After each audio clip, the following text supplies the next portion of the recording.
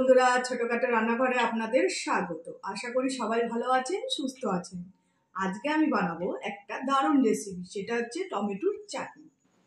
দেখুন, টমেটোগুলো সব ধুয়ে পরিষ্কার করে জল দিয়ে ভিজিয়ে রেখেছি।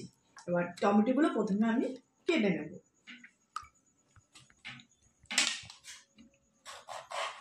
একটা ছুরি দিয়ে টমেটোগুলো সব পিস পিস করে কেটে নেব চাটনি করার জন্য।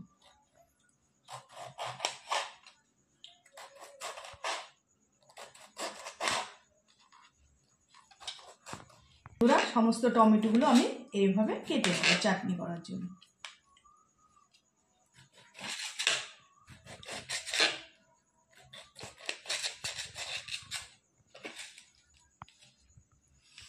বন্ধুরা, সমস্ত টমেটোগুলো আমার কাটা হয়ে গেছে। এবার চাটনিটা বানানো শুরু করব।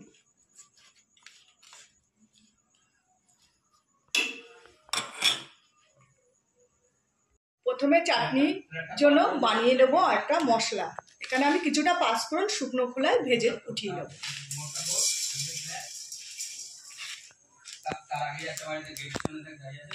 শুকনো খোলায় আমি পাঁচফোড়নটা হালকা ভেজে নেব।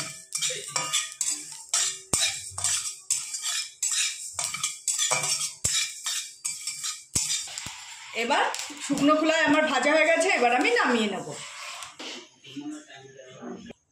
চাটনি বানানোর জন্য প্রথমে দিয়ে দেব অল্প পরিমাণ তেল।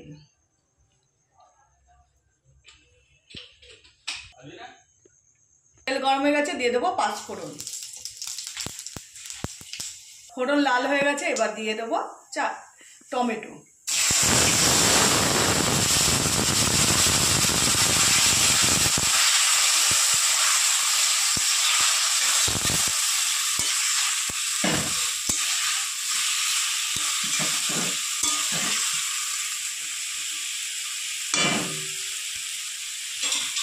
দিয়ে দেবো পরিমাণ মতো লবণ,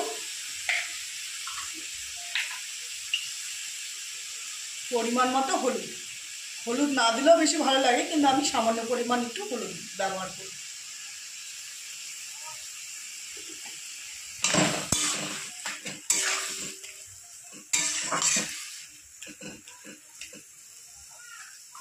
টমেটোটা ভালো করে মজে আসলে এক এক করে সব উপকরণ আমি দেব। ততক্ষণ টমেটোটা মজতে থাকুন।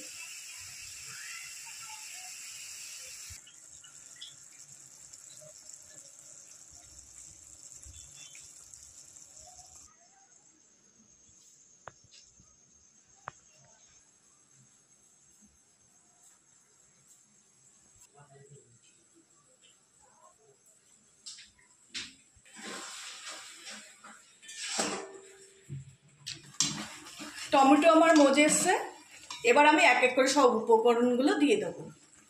প্রথমে দেবো কাজু বাদাম।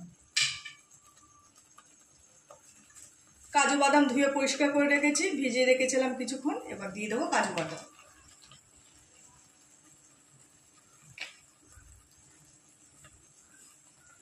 তারপর দিয়ে দেবো আমি খেজুর। খেজুরের দানাগুলো ফেলে আমি কেটে নিয়েছি।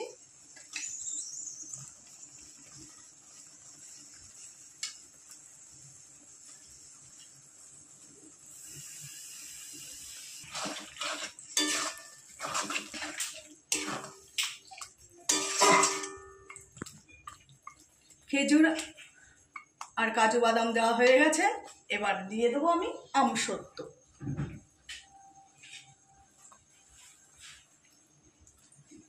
আমসত্ত্ব ছোট ছোট পিস করে আমি কেটে নিয়েছি।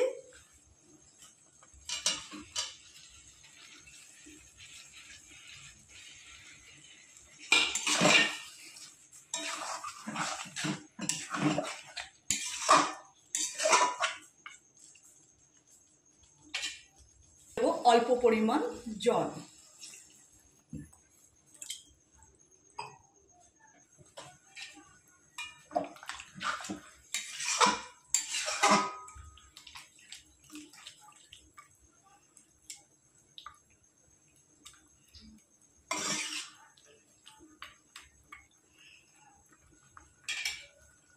এবার দিয়ে দেবো আমি কিশমিশ।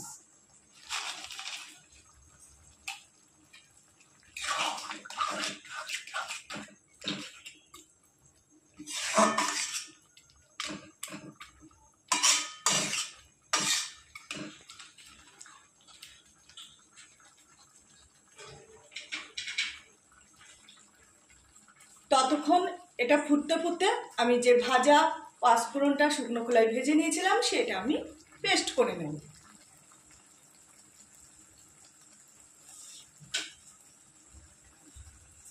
বন্ধুরা, এবার আমি দিয়ে দেব কিছুটা পরিমাণ বাতাসা। আমি এখানে বাতাসা দিয়ে দেবো, লাল বাতাসা কিনে নিয়েছি।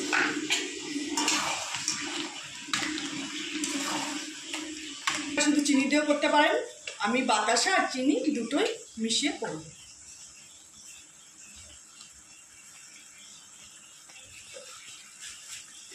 আর দিয়ে দেবো কিছুটা পরিমাণ চিনি। চাটনি একটু মিষ্টি মিষ্টি হলেই খেতে ভালো লাগে।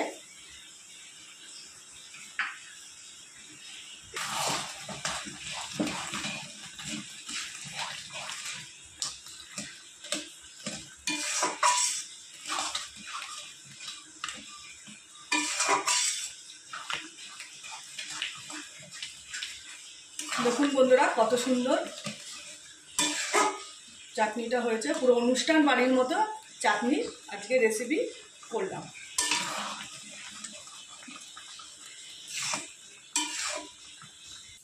এবার আমি কিছুটা তেঁতুল ভিজিয়ে রেখেছিলাম, দানাগুলো ফেলে তেঁতুলের জলটা আমি দেব।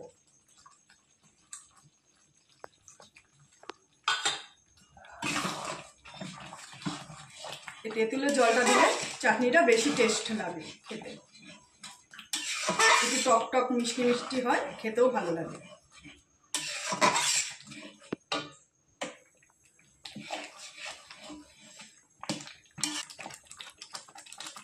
চাটনি আমার হয়ে গেছে, এবার আমি গ্যাস বন্ধ করে দেবো।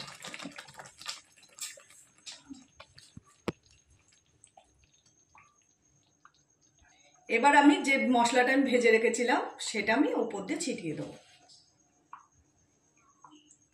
ফুটনো অবস্থায় দিলে ঘ্রাণটা চলে যাবে, তাই নামানোর আগে আমি দিয়ে দিলাম।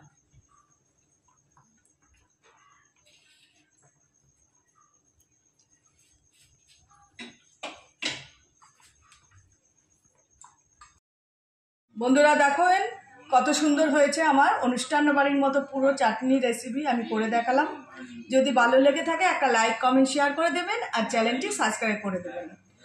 আর আমার পাশে থাকবেন, এখনো অনেক বন্ধু আছেন আমার চ্যানেলটি কিন্তু সাবস্ক্রাইব করছে না, আমাকে একটু এগিয়ে নিয়ে যাওয়ার জন্য আপনারা একটু সাহায্য করুন। নমস্কার।